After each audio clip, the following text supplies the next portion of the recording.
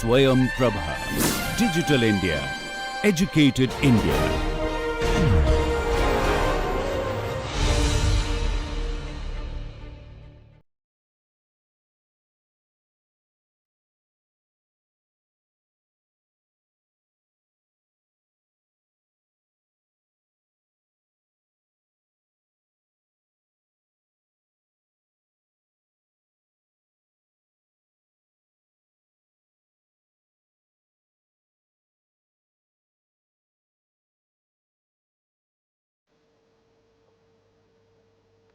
Good day everyone, welcome to the course on next generation sequencing technologies, data analysis and applications.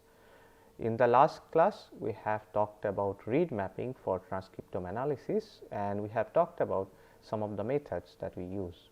So, we will continue that discussion and we will talk about the next steps which is transcriptome assembly and quantification. So, these are the concepts that we will be covering today. So, the first concept is transcriptome assembly, right. We will talk about what is assembly, we will discuss some of the tools that are used for assembly and how do you evaluate the quality of assembly. And the second concept that we will be covering today is the quantification of transcript abundance, right. So, this is a very important step for any further analysis, right. So, we want to count, right, how many transcripts are there in the cell. Okay. So, this is what we do using this transcript abundance quantification. These are the keywords, one is assembly, another is abundance. Now, going back to the RNA sequencing data processing pipeline, right. So, we have seen this pipeline before. So, we start with the read data which is usually in FASTQ format if you are working with Illumina data especially. Then we do the quality control, this is common step, right, that we have also done for variant analysis etc. Then we have the mapping step which actually leads to this read mapping against a reference sequence. So, we have talked about three methods, we have mentioned three methods and we have discussed star and HiSet 2 and we have discussed HiSet 2 in much more detail in the last class. And once we have done the mapping, so this is done now. So, we can now do something called assembly. Okay. Also, we can do the assembly directly from the data itself. Okay. There are tools that will allow us to do that. So, this is something we will discuss today in this class as well as in the next class. Okay. And then once you have done the assembly, we can do the quantification. Okay. So, let us start with the transcriptome assembly. What do we understand by assembly? Okay. So, assembly means the reconstruction of complete set of full length transcripts from the read data. Okay. So, we have mapped the reads against the reference sequence, but these are fragments, right. So, you remember the steps, right. So, we have this RNA isolated, we have cDNA synthesis, we have fragmentation. So, the reads come from fragments of transcripts, right. So, in these cases what we want to do is we want to assemble the full length transcript from the fragments. Okay. So, this is what the assembly process does. Okay. So, we can use short and long read data, right. So, again depending on the platform that we are using, if we are using Illumina for example or Ion Torrent, we will get short read data, but if you are using SMRT or Nanopore, right, we will get long read data, right. So, depending on the platform we can have different types of data.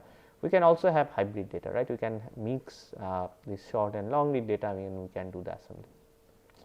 Okay. So, the goal is to get the transcripts, but also to get the isoforms, right. So, we have discussed about isoforms when we are talking about the transcriptomic analysis, right, and we discussed how many types of isoforms you can get and what are the processes that can give rise to isoforms, right. So, this is something that is actually quite important to also get the isoforms, right, because we also want to know in many cases which isoforms are expressed, right, and maybe they have some specific function, a specific role in the biological process.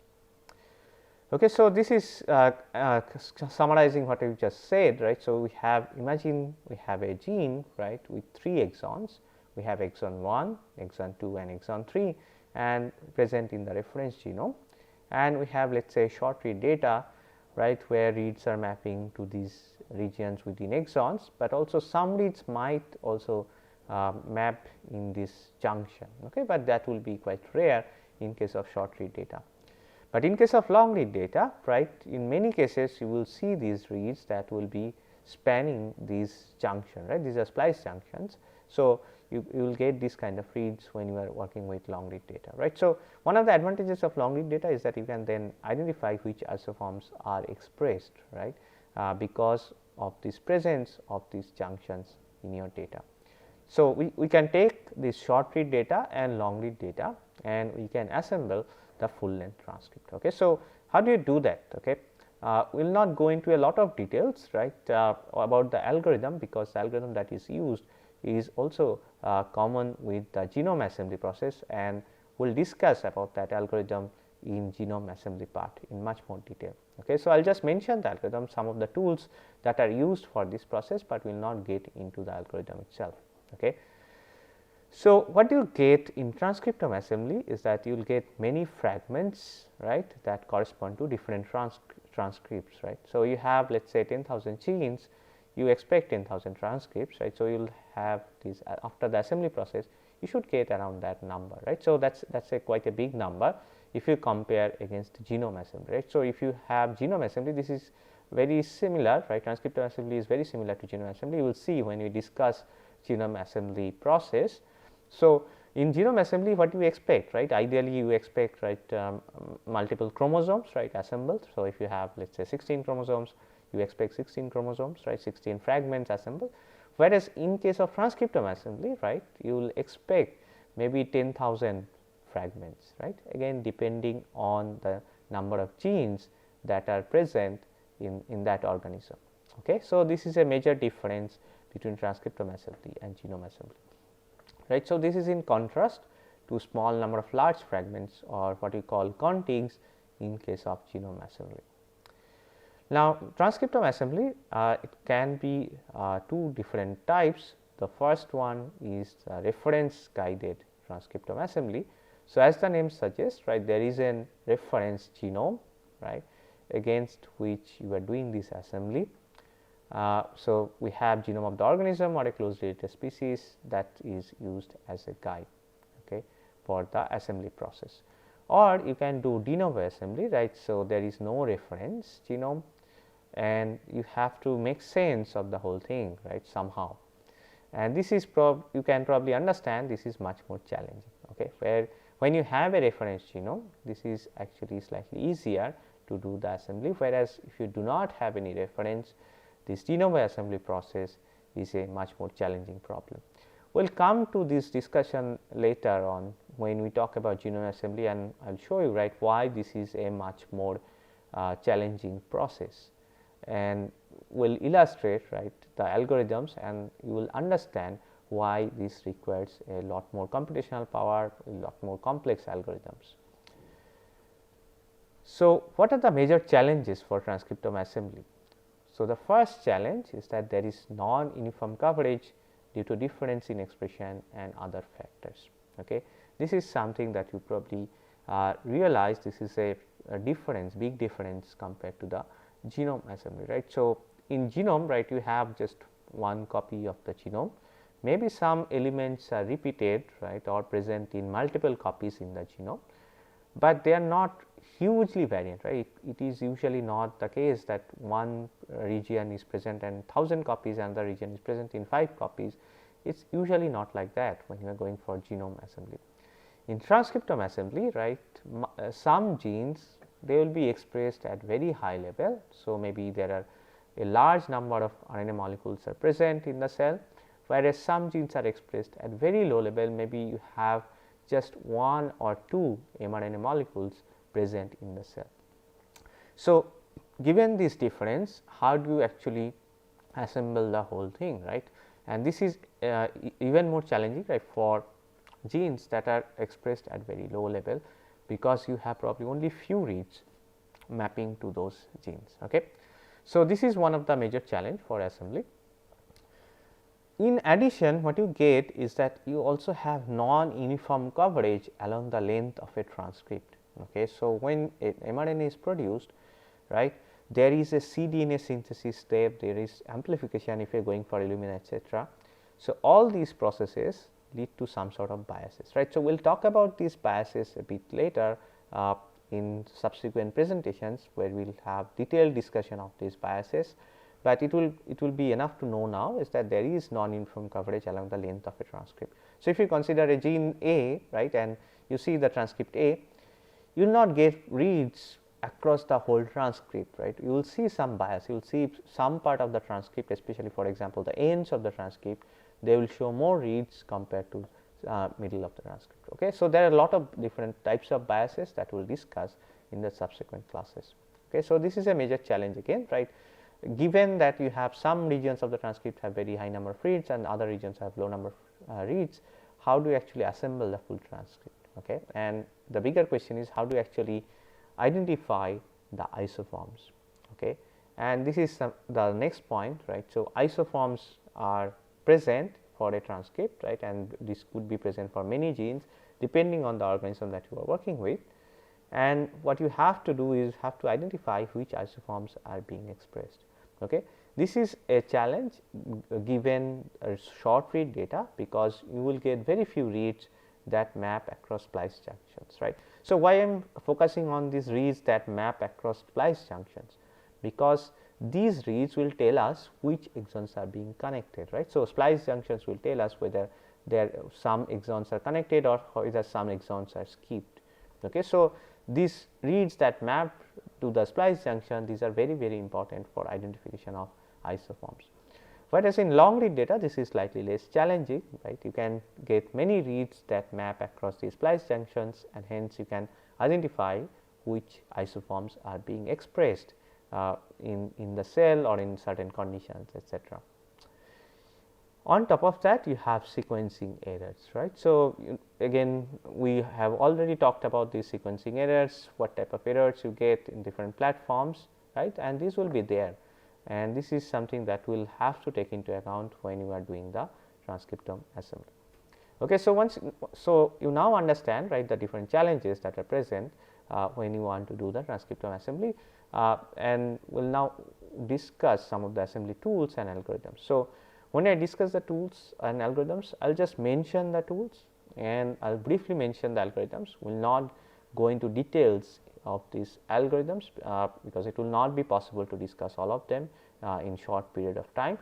If you are interested, of course, have a look. I will give all the references in the presentation. So, please have a look into the algorithms, and I will just mostly highlight the algorithms and the tools that are used for these processes. So, let us start discussing these tools. So, many of these assembly algorithms or assemblers, right, these are the tools, use something called De Bruijn graph assembly approach. Okay. And this is an approach that is also used for genome assembly. Okay. So, I will not go into this De Bruijn graph assembly approach, because we will discuss this when you talk about genome assembly approaches, right. So, there are different approaches for genome assembly, but the predominant one that we use today is the De Bruijn graph assembly approach. We will talk about these algorithms, these approaches, their advantages, their limitations, etc. When we talk about genome assembly process. Okay. So, it will be enough to know that they use this De Bruijn graph approach, and this is a very efficient approach that works very well for genome assembly. So, this is for de novo assembly, and here are some tools that are available. Of course, there are many tools, many other tools available as well. So, one is Trinity, then it is a very popular one, then you have RNA SPAs, then you have de novo trans. Okay. So, again as I mentioned, I am just mentioning some of them, there are other tools out there. And as I mentioned, this is a really challenging process, the assembly of transcriptome, because you have many fragments involved, as well as the non-uniformity in coverage across transcriptome and across transcripts. Okay. So, this makes the whole process very challenging, and this is something you need to keep in mind. Okay. So, I will just mention the tools, and as I mentioned, these use this De Bruijn graph assembly. So, here is the paper describing the tool Trinity. Okay. So, it talks about the process of this assembly, etc., and you can also get the code in this link and the tool in this link, and if you want to use it, you can go there, download and install and use this tool. Okay. So, have a look. We are not going to go into the algorithm, as I mentioned, right. There the algorithm is deep brain graph assembly, which we will discuss a bit later. Here is the next tool, which is RNA spades. So, this is again a de novo transcriptome assembler, and this is used for RNA-seq data transcriptome assembly. There is a equivalent tool which is called spades, right, SPADS, without the RNA part in the first, and that is actually used for genome assembly. So, as you see, like these actually are kind of adaptation of genome assembly algorithms into transcriptome assembly.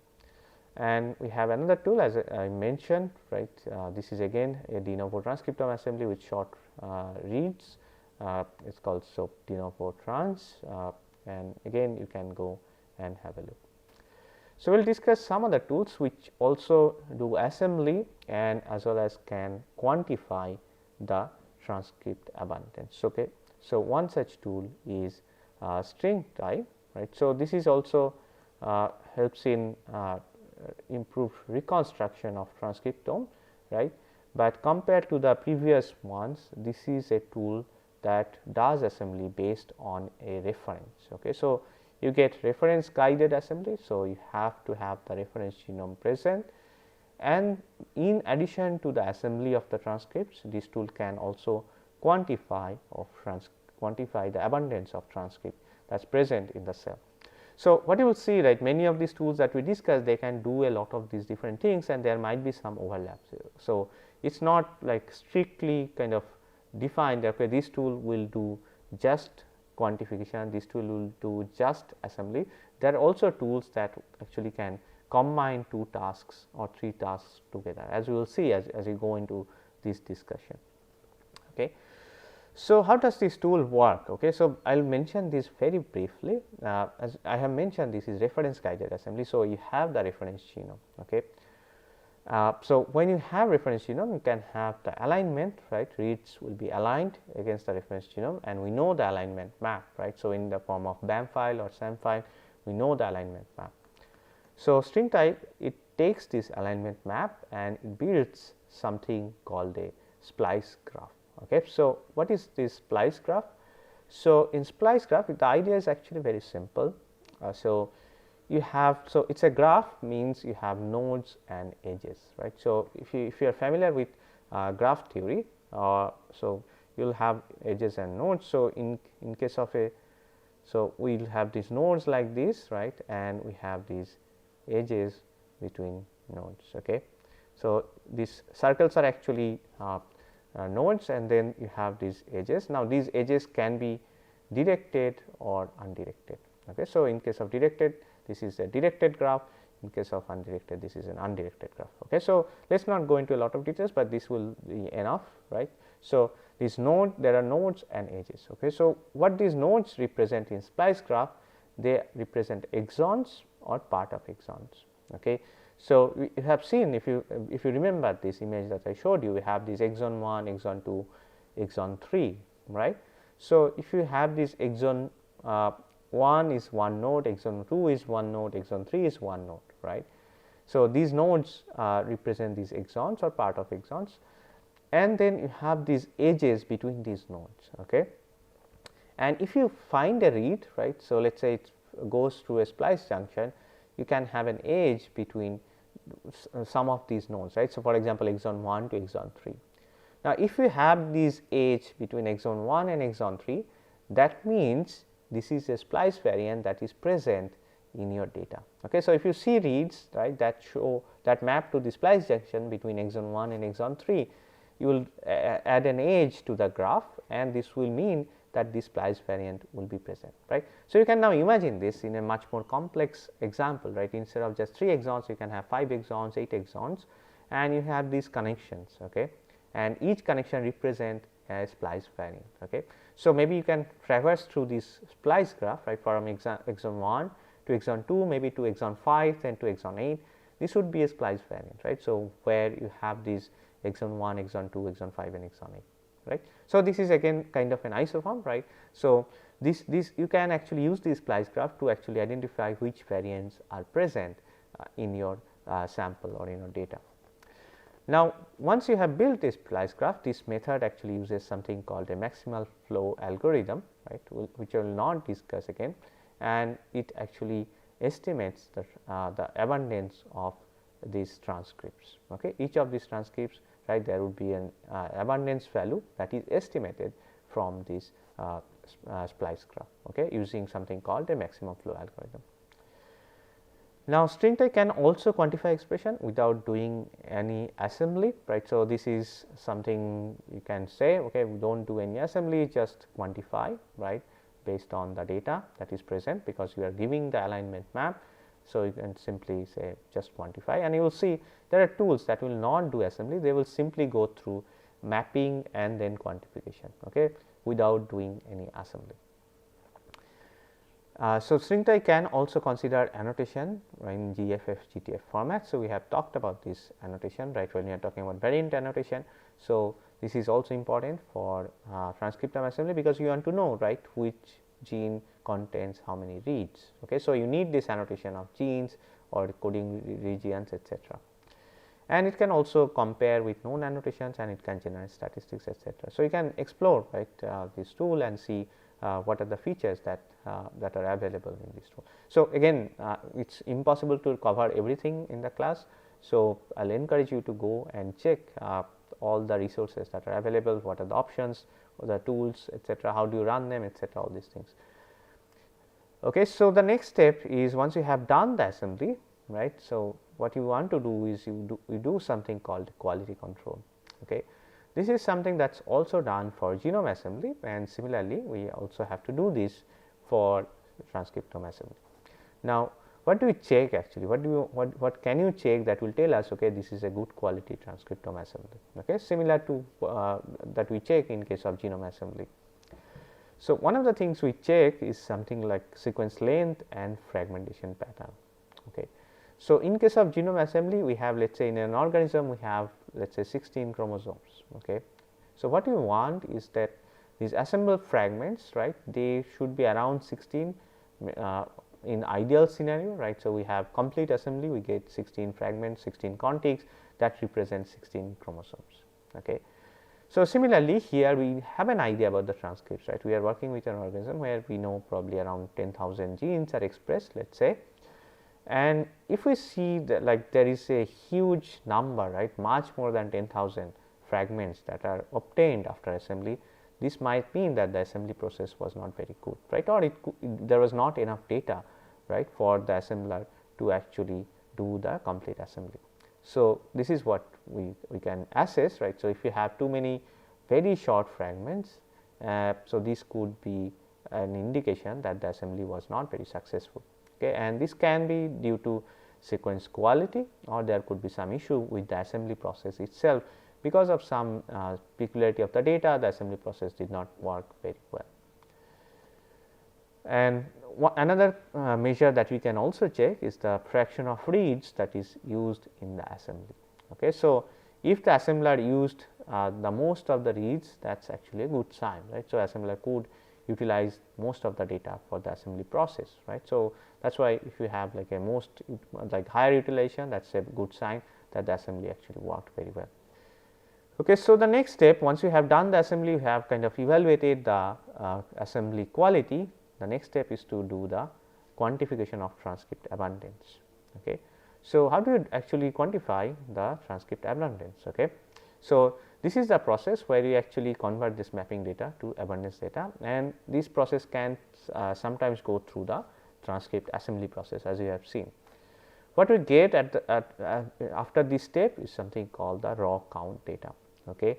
And this is a very important step in estimating and comparing gene expression level. Okay. This is a very important step, and you will see, if you look at the databases, you will see a lot of data is deposited in terms of raw count data, because this is the starting step, starting point for lot of downstream analysis.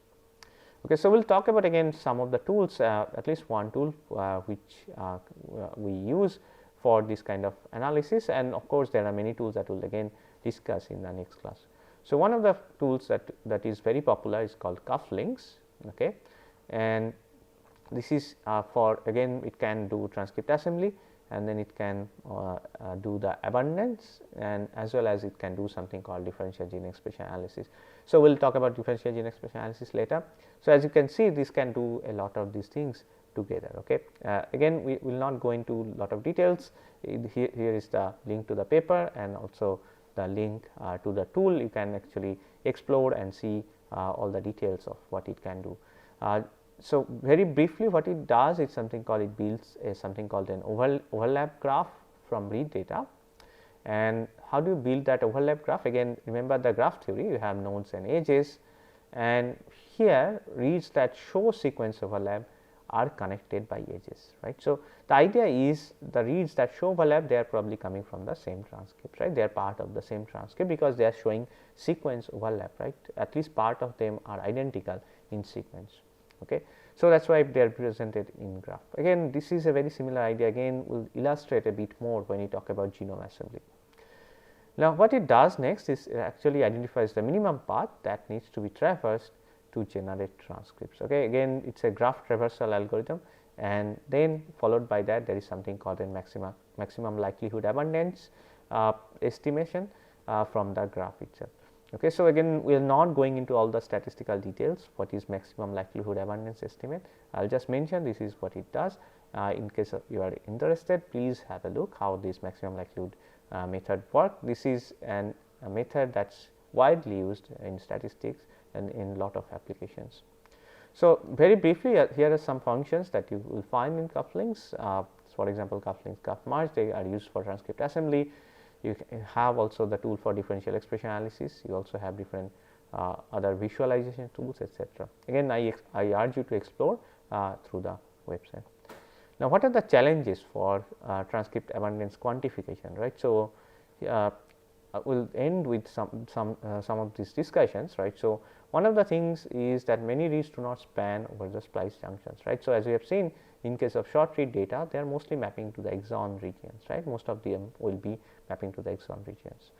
So, then using these reads, right, in case of short read sequencing, how can we assign these to isoforms? Okay. How do you identify isoforms, right? This is a huge challenge for us.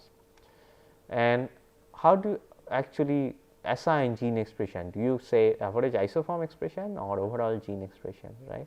This is something again could be interesting depending on the research question that you have. Okay. For example, you want to identify which isoforms are expressed or whether some isoforms show higher expression in certain conditions or certain treatment, etc. So, in those cases you want to do the isoform expression, right, and not just the overall gene expression.